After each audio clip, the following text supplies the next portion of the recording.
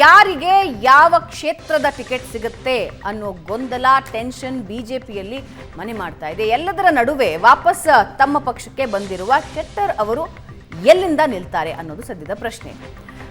ಧಾರವಾಡದಿಂದಲೂ ಅವರ ಹೆಸರು ಕೇಳಿ ಬಂದಿತ್ತು, ಆದರೆ ಪ್ರಹ್ಲಾದ್ ಜೋಶಿ ಅವರ ಹೆಸರಂತೂ ಈಗ ಕನ್ಫರ್ಮ್ ಆಗಿದೆ. ಇನ್ನು ಉಳಿದಿದ್ದು ಬೆಳಗಾವಿ ಮತ್ತು ಹಾವೇರಿ. ಪ್ರಶಾಂತ್, ಎರಡೂ ಕ್ಷೇತ್ರದಲ್ಲಿ ಶೆಟ್ಟರ್ ಅವರ ಹೆಸರು ಕೇಳಿ ಬರ್ತಾ ಇದೆ.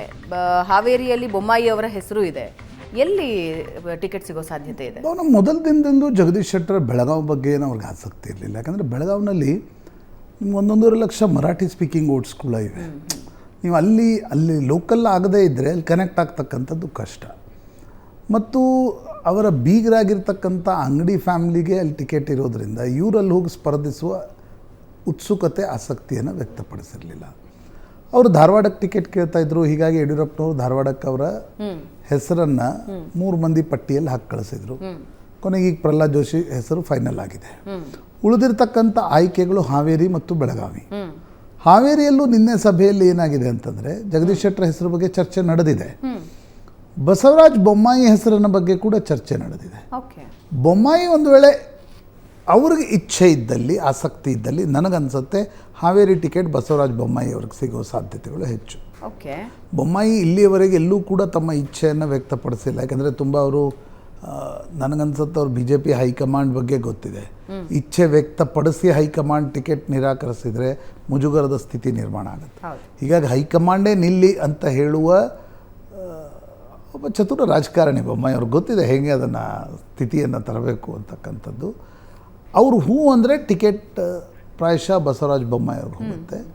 ಜಗದೀಶ್ ಶೆಟ್ಟರ್ಗೆ ಬೆಳಗಾವಿಗೆ ಹೋಗಿ ಅಂತಕ್ಕಂಥದ್ದನ್ನು ಹೇಳಲಾಗ್ತಾ ಇದೆ. ಬಟ್ ಜಗದೀಶ್ ಶೆಟ್ಟರ್ ಅವ್ರಿಗೆ ಆಸಕ್ತಿ ಇಲ್ಲ. ಹೀಗಾಗಿ ಹಾವೇರಿನೂ ಪೆಂಡಿಂಗ್ ಇದೆ, ಬೆಳಗಾವಿಯೂ ಪೆಂಡಿಂಗ್. ಈಗ ಎರಡೂ ಪ್ರಶ್ನೆಗಳು. ಒಂದು, ಬೈ ಎನಿ ಚಾನ್ಸ್ ಹಾವೇರಿಗೆ ಶೆಟ್ಟರ್ ಅವರ ಆಯ್ಕೆ ಆದರೆ ಬಸವರಾಜ ಬೊಮ್ಮಾಯಿ ಅವರು ಏನು ಮಾಡ್ತಾರೆ ಅಂತ. ಒಂದು ವೇಳೆ ಹಾವೇರಿಗೆ ಬಸವರಾಜ ಬೊಮ್ಮಾಯಿ ಅವರ ಆಯ್ಕೆ ಆದರೆ ಜಗದೀಶ್ ಶೆಟ್ಟರ್ ಬೆಳಗಾವಿ ಬೇಡ ಅಂತ ಹೇಳಿದ್ರೆ ವಾಟ್ ನೆಕ್ಸ್ಟ್? ಜಗದೀಶ್ ಶೆಟ್ಟರ್ ಅವರ ಮುಂದಿನ ನಡೆ ಏನಾಗಿರುತ್ತೆ? ಪಕ್ಷದಲ್ಲಿ ಎಲ್ಲಿ ಅವರಿಗೆ ಅವ್ರನ್ನ ಲೋಕಸಭಾ ಟಿಕೆಟ್ ಕೊಡ್ತೀವಿ ಅನ್ನೋಂತ ಹೇಳಿ BJP ಅವ್ರು ಕರ್ಕೊಂಡ್ಬಂದಿದ್ದಾರೆ. ಅವರು ವಿಧಾನ ಪರಿಷತ್ ಸದಸ್ಯತ್ವಕ್ಕೆ ರಾಜೀನಾಮೆ ಕೊಟ್ಟು ಬಂದರು. ಒಂದು ವೇಳೆ ಬೊಮ್ಮಾಯಿ ಅವರನ್ನೇ ಹಾವೇರಿ ನೋಡಿ, ಜಗದೀಶ್ ಶೆಟ್ಟರ್ ಏನಾಗುತ್ತೆ, ಅವರು ಪಾಲಿಟಿಕ್ಸ್ ಮಾಡೋದು ಧಾರವಾಡ ಜಿಲ್ಲೆಯಲ್ಲಿ. ಹಾವೇರಿಗೆ ಹೋಗ್ಬೇಕಂದ್ರೂ ಅಷ್ಟು ಸುಲಭ ಇಲ್ಲ. ಬೊಮ್ಮಾಯಿ ಅವರಿಗೆ ಶೆಟ್ಟರನ್ನ ಹಾವೇರಿಗೆ ಬಿಟ್ಕೊಳ್ಳೋಕೆ ಮನಸ್ಸಿಲ್ಲ. ಹೀಗಾಗಿ ಅವರು ನಿಲ್ಲುವ ಮನಸ್ಸು ಮಾಡಿದ್ದೇ ಶೆಟ್ಟರ್ ಹೆಸರು ಕೇಳಿ ಬಂದಮೇಲೆ. ಹೀಗಾಗಿ ಬೊಮ್ಮಾಯಿ ಅವರಿಗೆ ಟಿಕೆಟ್ ಆದಲ್ಲಿ ಜಗದೀಶ್ ಶೆಟ್ಟರ್ ಬೆಳಗಾವಿಗೆ ಹೋಗ್ತಾರಾ, ಹೋಗಲ್ವಾ? ಅಥವಾ ಲೇಟರ್ ಸ್ಟೇಜ್ನಲ್ಲಿ ಅವ್ರಿಗೆ ಮತ್ತೊಮ್ಮೆ ವಿಧಾನ ಪರಿಷತ್ತಲ್ಲಿ ಅಕಾಮಿಡೇಟ್ ಮಾಡುವ ಒಂದು ಭರವಸೆ ಕೂಡ ಯಡಿಯೂರಪ್ಪನವರು ವಿಜೇಂದ್ರ ಕೊಡಬಹುದು ಅಂತ ಅನಿಸುತ್ತೆ. ಬಟ್ ಸ್ವಲ್ಪ ಟ್ರಿಕಿ ಇದೆ.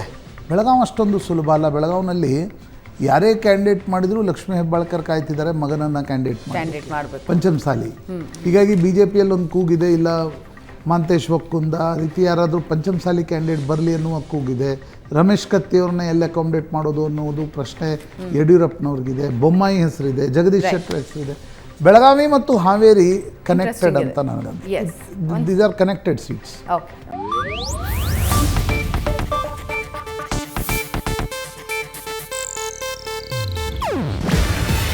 ಇದು ಏಷ್ಯಾನೆಟ್ ನ್ಯೂಸ್ ನೆಟ್ವರ್ಕ್ ಪ್ರಸ್ತುತಿ. ನೀವು ನೋಡ್ತಿದ್ದೀರಾ ಏಷ್ಯಾನೆಟ್ ಸುವರ್ಣ ನ್ಯೂಸ್.